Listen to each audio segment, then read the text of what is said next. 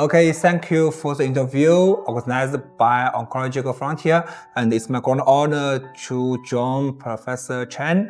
And the PROACT clinical trial will be presented in tomorrow's EAU conference, and it was designed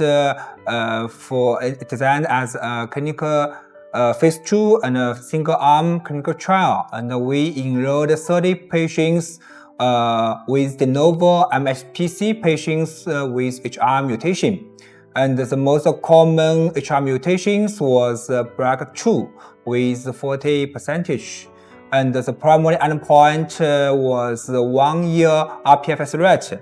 At the time of abstract submission, the primary endpoint, the data had not reached. But now we got the data of about 78%. Regarding to the secondary endpoints, the ORR for 30 patients was 84%. And with a median following up of 14 months, all patients reached the PSA 50 response. And we have 29 patients achieved a PSA 90 response. And about safety, there's no grade 5, and the most common adverse events was anemia with 43%. And totally, the safety profile we think is tolerable and acceptable. Thank you.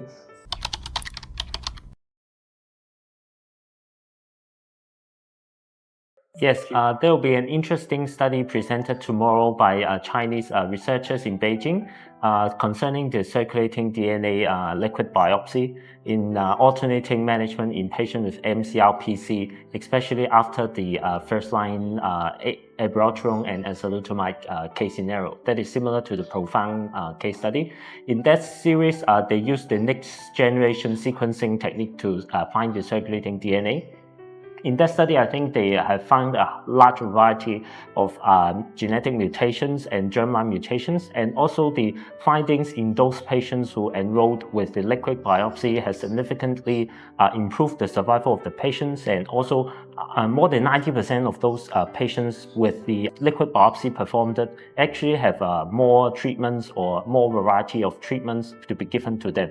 So I think testing the liquid biopsy or with a circulating DNA blood test in patients in mCRPC settings certainly benefits our patients in the future planning of their treatments. As Professor Zhang also mentioned, it also helps us to bring forward the treatment planning in first line on mCRPC setting or even up to the mHSPC settings in his studies.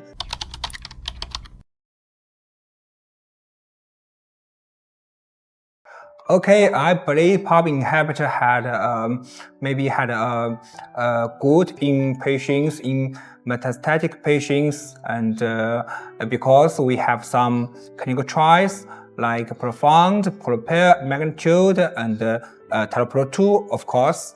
It has been proved that PARP inhibitor plus abiraterone or ARPI had significant benefits in rPFS or OS in patients, in mHSPC patients with or without HR mutation. And in my opinion, I prefer to initiate gene testing and treatment in earlier stage of metastatic diseases, especially in some patients with poor prognostic markers like having family history of BRCA mutation, Gleason score including 5 pattern, and younger patients with high volume burden. Fortunately, I know some clinical trials are ongoing about in mHSPC with HR mutation. So I have the faith on it.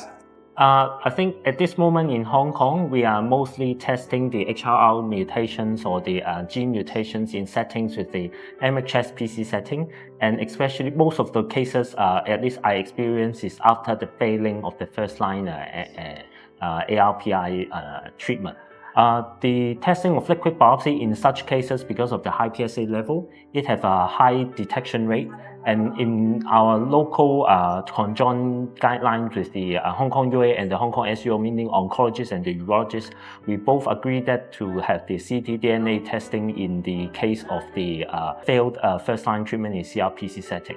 And also in EAU, they put in the guideline, and NCCN also put in the guideline that suggests to do liquid or tissue biopsy in testing for the gene mutations. And for circulating DNA biopsy, the concordance rate is more than 80%. So I think it's sometimes in CRPC setting, because of the tumor heterogeneity and also difficult to get the biopsy from the metastatic site and thing.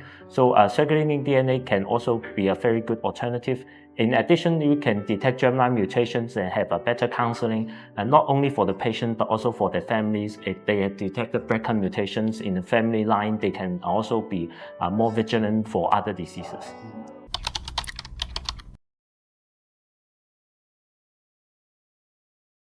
Okay, first of all, I'm not optimistic to immune checkpoint inhibitors because all phase 3 clinical trials had been failed.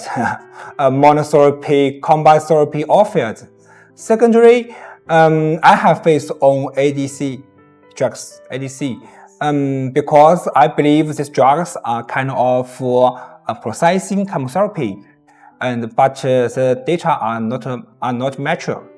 So I believe the most promising direction of the future prostate cancer treatment, I believe, is that you said PSMA radiotherapy. We have some clinical trials like Vision trial, like PSMA-4 trial. They all prove that the lutetium PSMA had significant benefits for patients in CRPC. So besides, there are some other nuclide drugs and some other good clinical trials are ongoing. So I have great faith on it. I coincide with Prof. Opinion on sadly, the immune checkpoint inhibitors didn't have much effects on prostate cancer. Very much have a very good efficacy in most of the cancers itself.